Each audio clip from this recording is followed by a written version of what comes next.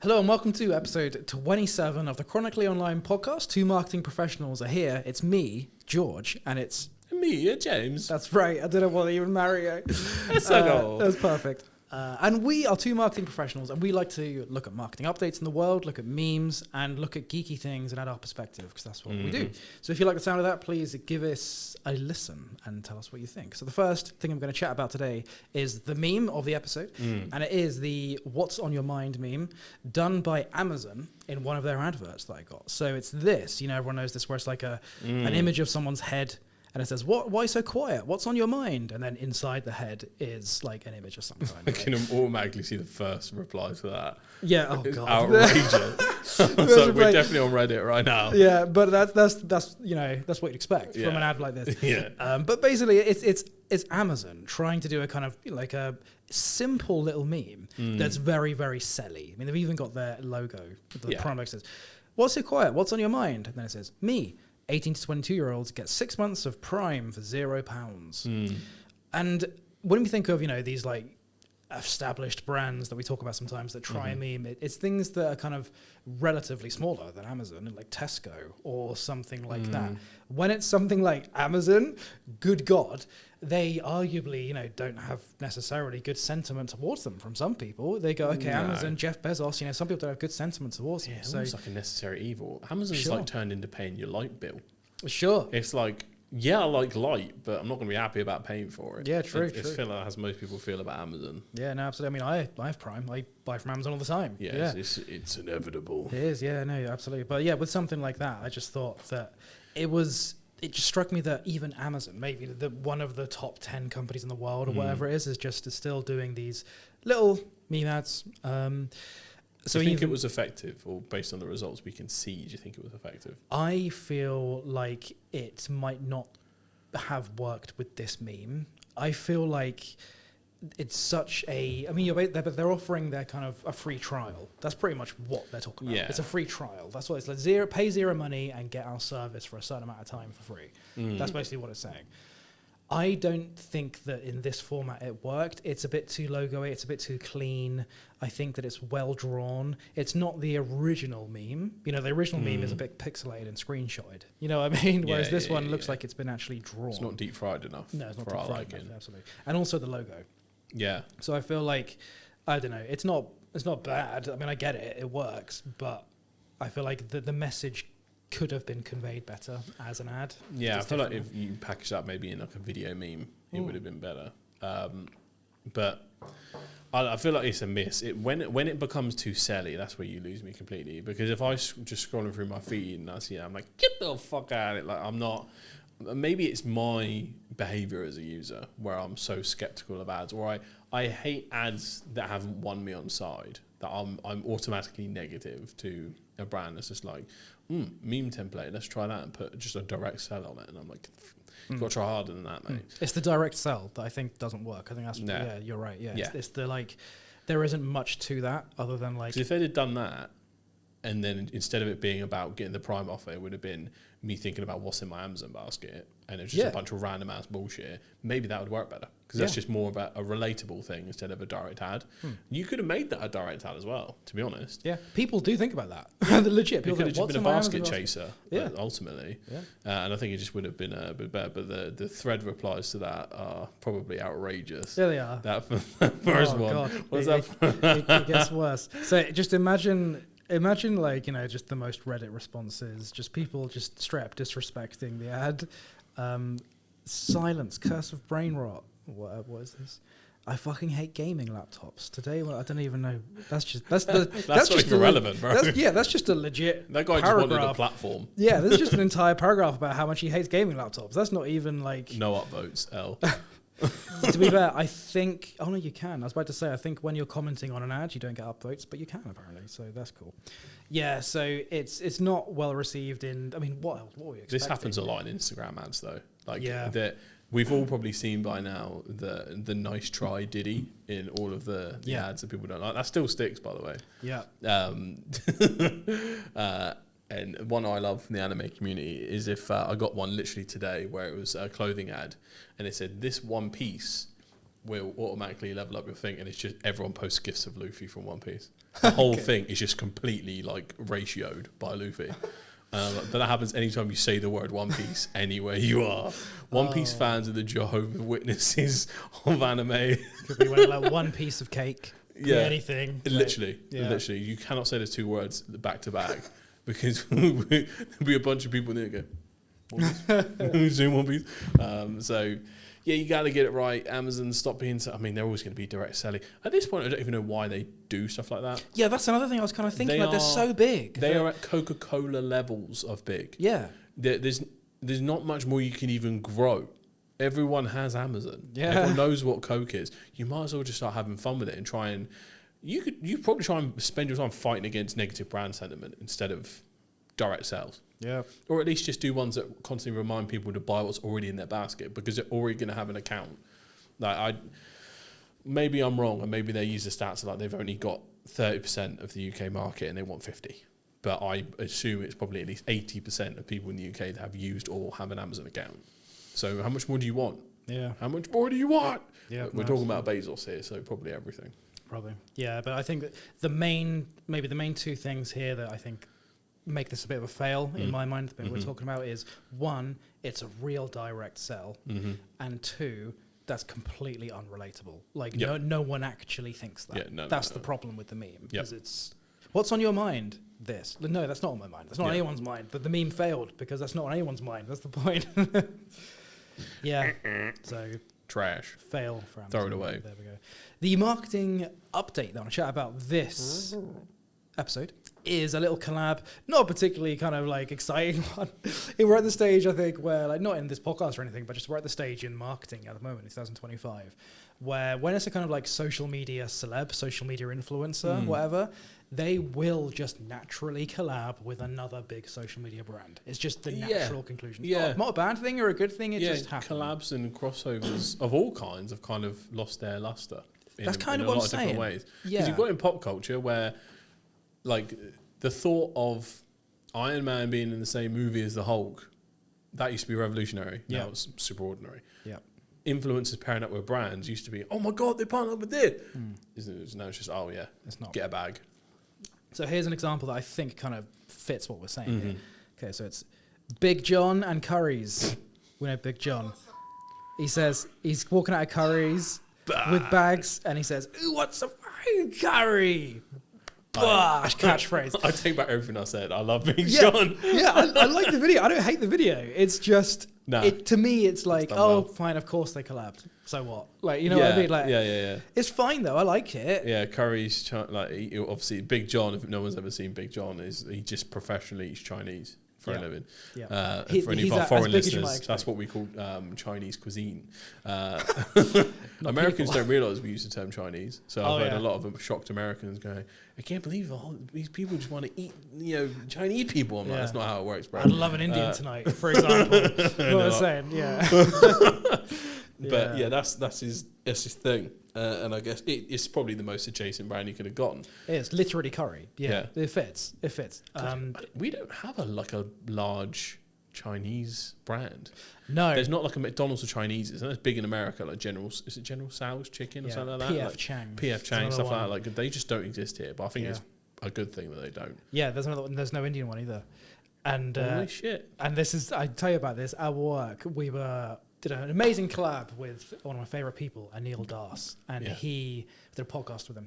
He was saying how that was one of his business ideas to start a Indian fast food chain, kind of like McDonald's. Yeah. And it sadly never really worked, but it has been tried by him. I don't know whether this market just doesn't accept it. Yeah, I think there's a certain amount of that's so baked into the culture that you can't remove.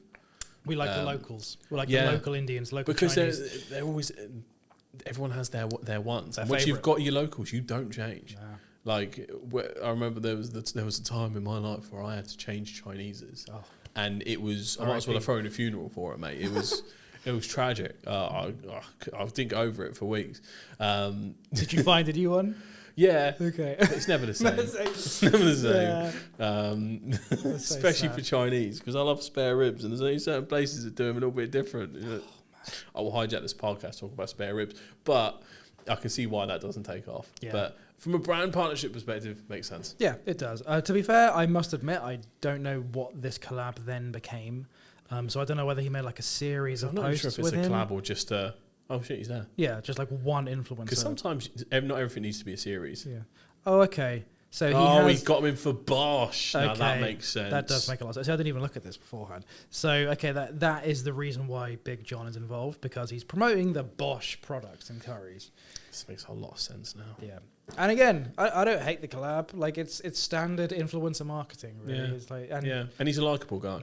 So I'm kind of just like, yes, John, get paid. He is, yeah. Especially because recently, I don't know if you saw this. This was like maybe a week or two ago. He has been on it's either a podcast or a talking head thing. Oh, is this when he was talking about his food journey? Yeah, his addiction and stuff. Yeah. Which is now, unfortunately, his brand. Oh, I haven't seen that much of it. See, this was like 2 weeks ago. Well, no, he was talking about how like, he was near suicidal and he drowned his feelings in Chinese. But I'm not sure he's addressed that, considering that he still orders Chinese. Oh, okay. Well, I mean, this not to say you have to go cold turkey altogether. I'm sure he's brought down his thing and started trying to make himself healthy more in that. But that was the snippet I saw. Right. Well, this is like about 2 weeks ago for me. So I get the impression that he's now changing. But okay, maybe. He does look skinnier in that. Okay. Oh, no, this curries video isn't that new, actually. I think it's like a month or two old. Hey, the wonders of Manjaro, I'm sure, will help him out. That's it. Curries, beats the final boss. Anyway, I will not start going down the curries feed because I will not stop. So I'm just going to stop myself now. Yeah. They do it well. We talked about this before. They allowed their social agency to go to town and they trust them. Yes. That's why they win. It's a good laugh. Simple as, folks. It's a good laugh. Relax. So, geeky bit of the episode. Geeky reference and item. What we're talking about. This might be one of the geekiest things I've ever mentioned. So we're 27 episodes deep, and this might be the geekiest. I'm just going to straight up say maybe the most boring. Because it's so detailed. I'm ready to hear about train networks throughout the South. Train networks might be more interesting than this. Oh, and I am not joking. Okay. I'm talking about file structure. Okay? So because I am a marketing professional, like a marketing manager. Very professional, yes. Marketing manager. And a significant part, and this is sad because some people don't want to hear this. Some marketing professionals, whoever you want to call yourself, don't want to hear this. It's not all fluff. Me. The marketing is the point where fluff and data intersect. And you need to have that element of... That's a bar. That's a bar. You need to have that element of like, you get the people side, the human side, the fun side. You get the visual side, the pretty pictures, how you can make something look cool and sound cool and be engaging. You also need to look at the data, the organization, the routine, the schedules. That is such a key element of marketing. And that's why some marketing professionals just can't do it, because they only focus on the fluff and the soft and they've made a kind of influencer look pretty on Instagram. Yeah, so what? You need to have that element of the side thing. So this is something that kind of demonstrates, this is so bad. Like, it demonstrates how kind of like, I love this organizational level. I built this shit. I'm sorry. It's so boring, this point.